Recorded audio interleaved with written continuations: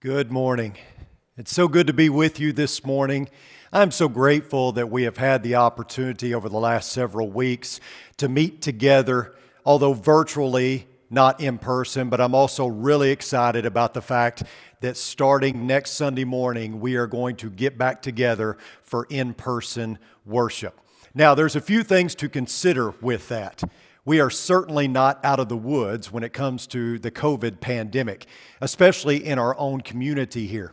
And so we want to make sure that when we come together, we do so safely. So if you're someone that doesn't feel comfortable meeting yet in person, if you're someone who is more vulnerable, if you're someone that is having any symptoms whatsoever, we would ask that you continue to stay home, to watch online. Don't feel guilty about not being here. The time's going to come soon, hopefully, that we can all resume worshiping together without any kind of fear of spreading this virus. And so we want to encourage you to stay home if you're in that more vulnerable category, and you can also continue to watch everything online as we have been streaming Bible class, morning worship, evening lessons, and then also our Wednesday night lessons. And then we also expect that you'll wear your mask, that you'll social distance, that you'll take the precautions so that we can continue to meet in person. We're going to meet at 8:15 and at 10:30 like we had been doing, although we're going to change that up a little bit in that the 8:15 service will be in the Family Center and the 10:30 service for now will be in the auditorium to kind of give space and hopefully help take some extra precaution with this virus. I'm just excited that we're going to be together. I'm excited for a new year with my church family. It's a new year, and with a new year, it means certain things to certain people. Some people are going to stop certain behaviors. They're going to vow to quit certain things in the new year. Other people are going to vow to start new things in the new year, whether it's to be healthier or whatever. It's a chance to hit the restart button. And I think that I speak for all of us when I say good riddance to 2020 with all of its COVID chaos and unrest. This is a fresh start. And hopefully this is a year that is not signified by face mask and social distancing and sheltering in place. For us here at Oldham Lane, the new year means a new theme and a new opportunity, a new direction. And as I said, I'm excited about what this year holds. I'm ready to turn on the engines and go full blast into a new year, continuing the momentum that we had before this whole pandemic hit. I'm really excited about where Oldham Lane is headed. And so with that in mind, our new theme for this year is, I love my church. And it's more than a theme, really. It's a statement of fact. At least it is for me. I love this church. And I assume that you do as well, based on our high contribution, based on the fact that when we are together, you see people hugging and shaking hands and lingering after church for several minutes to talk and to catch up. This is a body that is growing. It is a warm and dynamic fellowship, and I am so grateful that I get to be a part of it. I want this theme to serve as a reminder from this point forward of how blessed we are as the family of God, as the family that meets here. And I understand that there may be some that say, well, you love your church, but it's not really your church. It's not really my church. It's Jesus' church. And to that I would say, okay, I hear you. But, I like the Dallas Cowboys. And oftentimes I will speak of them like, we need to win this game or we played well this week. I don't play. It's not really my team. It's Jerry Jones's team. But there's an investment, right? When you love something, when you're passionate about something, you invest in it. So in a sense, this is our church. It's my church because I'm invested. And while it belongs to Jesus and while He is the head of it, we all take ownership in it, right? And so it is ours to some degree. I say this theme often when I talk to people. I talk about how much I love my church. And to start this year, we are going to start this theme with some sub-themes or sub-lessons. And one of them this morning is what's not to love. I think there's so much that goes into me loving the church here at Oldham Lane and so much that goes into you loving it as well. And, we say things sometimes like what's not to love when referencing something that we are passionate, something that we love so much. My wife will tell me, I love you, and I respond with what's not to love, right? You hit the lottery. Actually, I don't say that. I know better. But to say what's not to love is kind of like saying, well, duh, right? I mean, you say, I love the church. Well, certainly we love the church. What's not to love about Oldham Lane, right? We have a great group of elders, a great group of deacons. I get to work with some of my best friends. I love Blake and Jake and David and BB and Stephanie and Danette. And we have a great staff here. There's so many things here to love. Our church members who are great servants. What's not to love? I was driving by a house the other day, and in the yard there was a sign in big bold letters that said for sale. And underneath it, there were the words, I'm gorgeous inside. And I thought to myself, I sure hope so. Because the house was nothing to look at on the outside. The grass was grown up. There were weeds in the flower beds. There was, the bushes need to be trimmed. There was paint chipping off the house. There were maybe some shingles gone. It better look good inside because there was really no curb appeal to it on the outside. And maybe some people look at the church that way.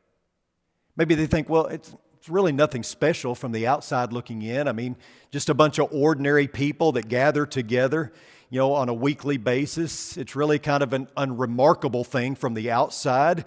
The church is made up of ordinary people that are young, middle-aged, male, female, married, single, unemployed, overworked, divorced. Some of us sing off-key. We don't always live what we profess. None of us are much to look at maybe, but the church has more beauty and value than what meets the eye. Look with me at 1 Corinthians chapter 13. Let's begin reading in verse 1. Paul writes, if I speak with the tongues of men and of angels, but do not have love, I become a noisy gong or a clanging cymbal. If I have the gifts of prophecy and know all mysteries and all knowledge, and if I have all faith so as to remove mountains, but do not have love, I am nothing. And if I give all my possessions to feed the poor, and if I surrender my body to be burned, but do not have love, it profits me nothing. Love is patient, love is kind, and is not jealous. Love does not brag and is not arrogant, does not act unbecomingly. It does not seek its own, is not provoked, does not take into account a wrong suffered, does not rejoice in unrighteousness, but rejoices with the truth, bears all things, believes all things, hopes all things, endures all things. Love never fails. But if there are gifts of prophecy, they will be done away. If there are tongues, they will cease. If there is knowledge, it will be done away. For we know in part and we prophesy in part. But when the perfect comes, the partial will be done away. When I was a child, I used to speak like a child, think like a child, reason like a child. When I became a man, I did away with childish things. For now we see in a mirror dimly, but then face to face. Now I know in part, but then I will know fully, just as I have also been fully known. But now faith, hope, love abide these three. But the greatest of these is love. Paul had a complicated church story, didn't he? I mean, he grew up in a Jewish household. He grew into an adult who was a fierce defender of his religion, so much so that he despised the church and Christ followers, and he dedicated his efforts and his energies to tracking down people like you and me and having them thrown in prison or having rocks thrown at them. But as you know, on his way to levy more persecution against the church, he had an encounter with Jesus on the road to Damascus, and it changed everything. That encounter moved Paul from a persecutor to a proclaimer. A once enemy of the church now became the church's best friend. And from that point forward, Paul didn't skip around whistling victory in Jesus. In fact, he would experience many challenges both from outside the church and even within it. He was viewed with skepticism by church leaders. He suffered personal attacks from false teachers and their adherents. He had many disagreements and disputes with fellow Christians. He was disappointed with other Christians, not to mention the shipwrecks and the stonings and the beatings, the imprisonment, and all the other travails that he had to endure as a proclaimer of the gospel. And yet through it all, he loved the church. One of the saddest things that Paul ever wrote were these words: "At my first defense, no one supported me, but all deserted me. May it not be counted against them." If anyone knew about disappointment with the church, it was certainly Paul. But that disappointment never eclipsed his love for the brethren. So now you go back to 1 Corinthians chapter 13. You do realize that this is not a chapter on how to have marital bliss, right? This is not a manifesto on how to be a better husband or wife. Although this chapter is often recited around Valentine's Day, although you hear it recited at weddings most often, that was not Paul's intent.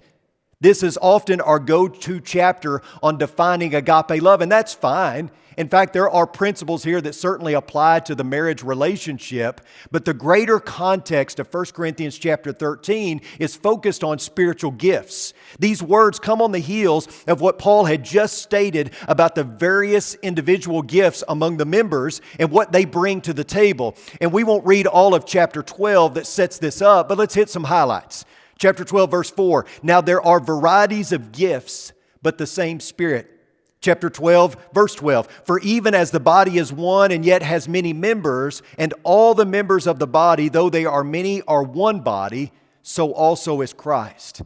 Verse 14, for the body is not one member, but many. And then you look at verses 27 and following of chapter 12 of 1 Corinthians. It says, now you are Christ's body and individually members of it. And God has appointed in the church first apostles, second prophets, third teachers, then miracles, then gifts of healings, helps, administrations, various kinds of tongues. All are not apostles, are they? All are not prophets, are they? All are not teachers, are they? All are not workers of miracles, are they? All do not have gifts of healings, do they? All do not speak with tongues, do they? All do not interpret, do they? But earnestly desire the greater gifts. We talked about this a few weeks ago, but Paul is mentioning the diversity of unity among believers. Different members have different gifts, but all members work in harmony with their gifts for the betterment of the church. You see, the danger is always for people to be in competition with one another, thinking that their gift may be more important than someone else's. And that kind of thinking, of course, disrupts the harmony and unity of the church. In essence, Paul says there is no competition here because we're all on the same team. And he goes on to state that there is one gift that is greater than all the others, and it is the glue that binds the church together in perfect unity. It is, of course, the gift of love. And this gift permeates everything we do, everything that we are. So much so that Paul states that if one does not have love, then their spiritual gift is worthless. It means nothing. You think about that for a second. A gift given by the Holy Spirit can be of no value whatsoever if not coupled with love. Speaking in tongues is nothing more than a noisy gong or a clanging cymbal. Did you know that one of the primary characteristics of pagan worship was clanging cymbals and a blaring trumpet? Even speaking in tongues, a spiritual gift, is nothing more than pagan worship if not accompanied with love. What good is knowledge if absent of love? What's it matter what you know if you don't love the people that need to know it? Giving to the poor can be done out of a sense of duty or obligation. We can give begrudgingly.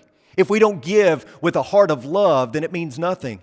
Some even give their bodies to be burned or sacrificed, which seems like a noble thing, right? But Paul seems to be referencing someone who does this out of pride or exhibitionism. So martyrdom becomes valueless if it's not done out of an undying love and commitment to Christ. Then Paul goes on to talk about the various aspects of agape love, and in the process he shows how unique this type of love is and how different it is from so many, or what so many often think of when they think of love. It's long-suffering. It's kind. It doesn't take into account a wrong suffered.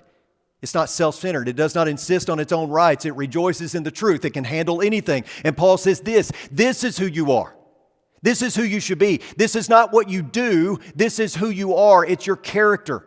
Just insert your name in 1 Corinthians chapter 13 because that's what you're supposed to be about. You are patient. You are kind. You are not arrogant. You are not these things because these things threaten the unity of the Spirit and the bond of peace. You know, my grandfather every morning would go out and pick up the paper out of his driveway. He would come inside and he would sit in his recliner and read it. And because I spent a lot of time at my grandfather's house, I would climb up in his lap as well. He would unroll the Paragould Daily Press and he would start with the funny papers, as he called them. because he had a strategy with reading the paper. He believed that you started with the comics, and that would set the tone for all the negative news that he would read later. So I would sit in his lap, and he would unroll the paper, and he would start in the comics section. And the very first comic strip in the Paragould Daily Press at that time was Peanuts. Remember Peanuts? Snoopy, Linus, Charlie Brown, Lucy, you got it? One particular comic strip had Linus watching television, and Lucy barges in and tells him to change the channel to something that she wanted to watch. And Linus says, "What makes you think you can barge in here and tell me what to do?" And Lucy says, "These 5 fingers. Individually, they aren't much, but when I curl them together into a fist, they are a weapon that is terrible to behold."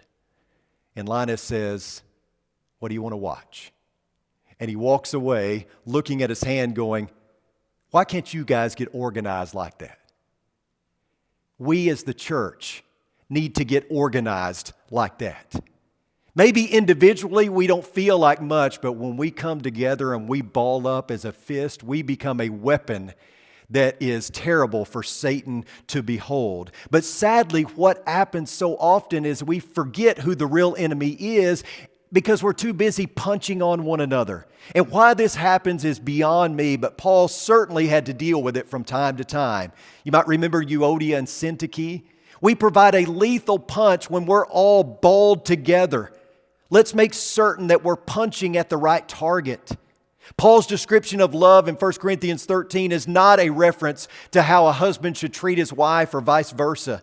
It's in context of the Lord's church and how we should treat one another, which means this is pretty radical teaching, isn't it? I mean, we have little problem understanding this from the perspective of a husband or a wife. We get that we should be less self-centered, that we shouldn't keep a record of wrongs and all those things in a marriage. We may not always get it right. We may not always live by it, but we understand it.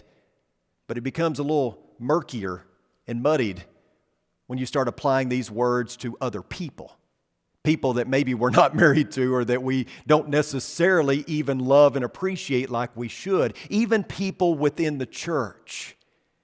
We don't get as sappy and sentimental about 1 Corinthians 13 when we understand that this treatise on agape love is actually meant to be applied to our brothers and sisters in Christ.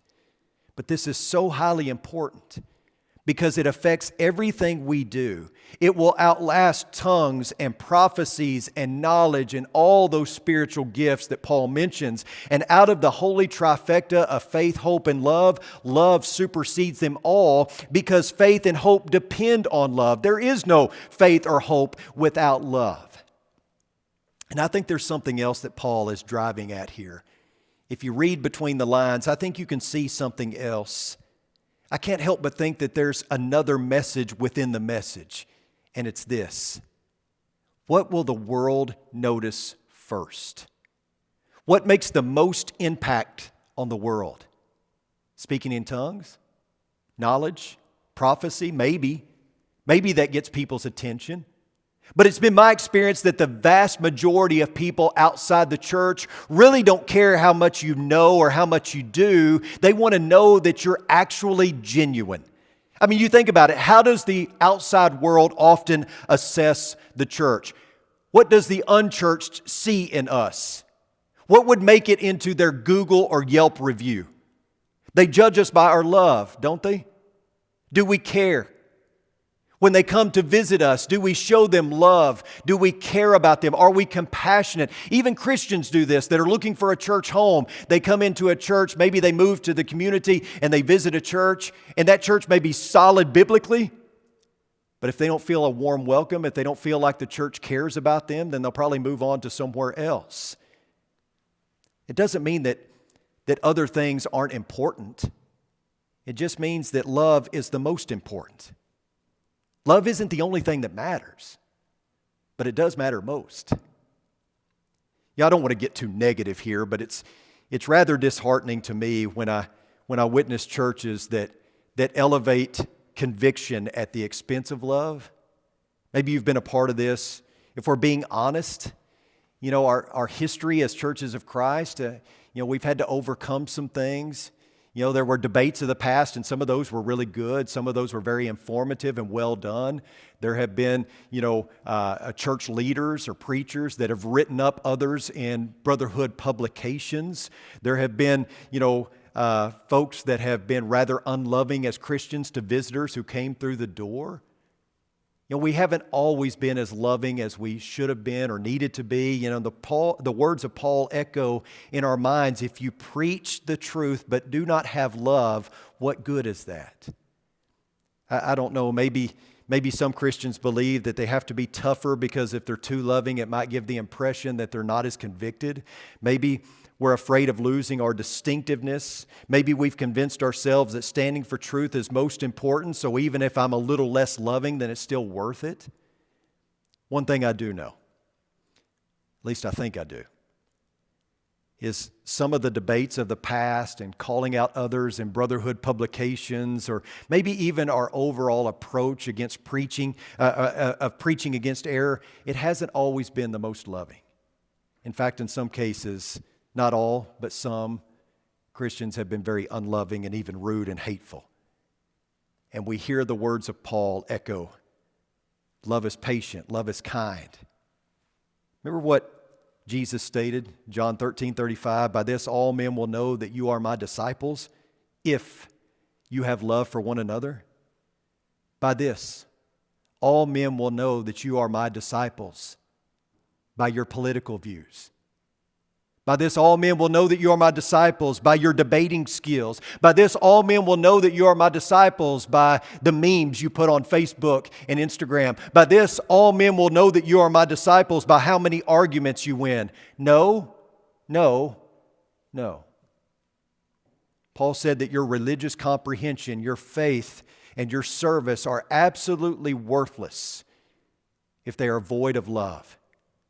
Paul's not saying that these things are unimportant, please understand, but he is saying that they are not most important. He's saying that all these things find their meaning in love. You are a Christian, which means that you don't get to be impatient, you don't get to be unkind, you don't get to be rude. That's unloving. Your faith, your knowledge, your conviction, your charity are all important. They're vital, but they are meaningless if you treat people like dirt. And remember something else Jesus said. When an expert in the law asked him what the greatest commandment is, Jesus responded, you shall love the Lord your God with all of your heart and with all of your soul and with all of your mind. This is the great and foremost commandment. The second is like it. You shall love your neighbor as yourself. On these two commandments depend the whole law and the prophets. I think it's easy to assume that since God or loving God is the best and foremost commandment and loving other people is second, then we elevate the first one above the second one, which means that anything related to God and my doctrine and my theology and all that is more important. So therefore, how I treat other people based on that really doesn't matter as much. We think things like, worship, my doctrinal beliefs and all that should take precedence over my relationships with other people. But here's the deal. It's not an either or thing. It's not a ranking. You love others best when you love God the most. My love for God is what drives my love for other people. Christianity is a relational religion, and my relationship with God and my relationship with people informs everything else that I do in life.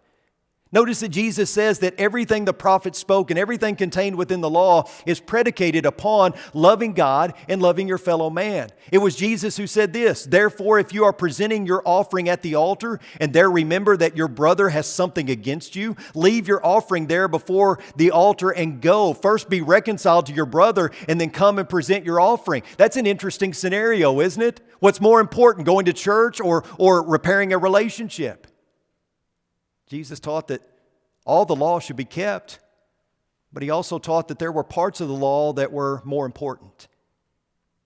I've often heard Christians make the statement, all of the Bible is important, and to that I would say absolutely, 100%, I couldn't agree more. However, it's not all equally important. Every biblical issue is important, but love is most important. That's not me talking, that's Jesus talking. What you believe about God matters. How you worship matters. What you believe on every biblical topic matters. But love matters most. Sorry, it just does. Again, that's not me talking. I say this because so often we get things backwards. We tend to care more about what our brother thinks on a certain issue. And when what they think doesn't agree with what we think, we respond in a very unloving manner. We care more about one's politics than we do their soul. Or we care more about wearing a suit and tie on Sunday than we do of how a person treats the poor or the widows and the orphans. We all have priorities, but do we prioritize things the way that God does? And I say we, I don't necessarily mean us. I just mean Christians in general, because I think by and large we do a really good job here at Oldham Lane. And that's why I love this church. I just want to give a friendly reminder of a love of God and a love of God's people is what makes this. That's the engine that keeps this thing churning. Christianity stands or falls on the love that we show and share. It doesn't mean that we avoid the difficult things. It doesn't mean that me as a preacher that I avoid the difficult topics. I mean, I am to preach the whole counsel of God. But if it's void of love, it becomes worthless. It becomes unbiblical, right? Love is the glue that holds us together. It is the catalyst for everything we do. Jesus says, love God, love others. Those are the two foremost commandments. And that is Christianity in a nutshell, right? I mean, that's the basis of Christianity. You love God, you love others.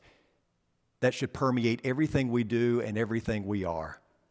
And as we close this morning, I would like to add to Paul's description of 1 Corinthians 13. Love is this. Love is 30 plus church members here at Oldham Lane gathering to clean up a member's yard. Love is our contribution here at Oldham Lane, actually increasing during the pandemic, so much so that we were able to send extra dollars to Rusty Brown in Ecuador. Love is church member after church member calling the church office, asking Brianna, what can I do?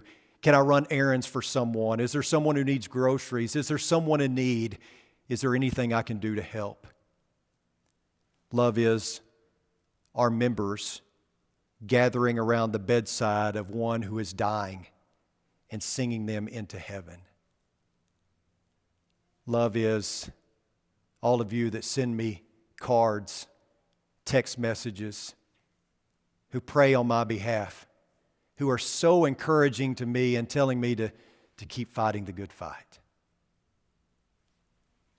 Love is who we are at Oldham Lane. What's not to love about this church?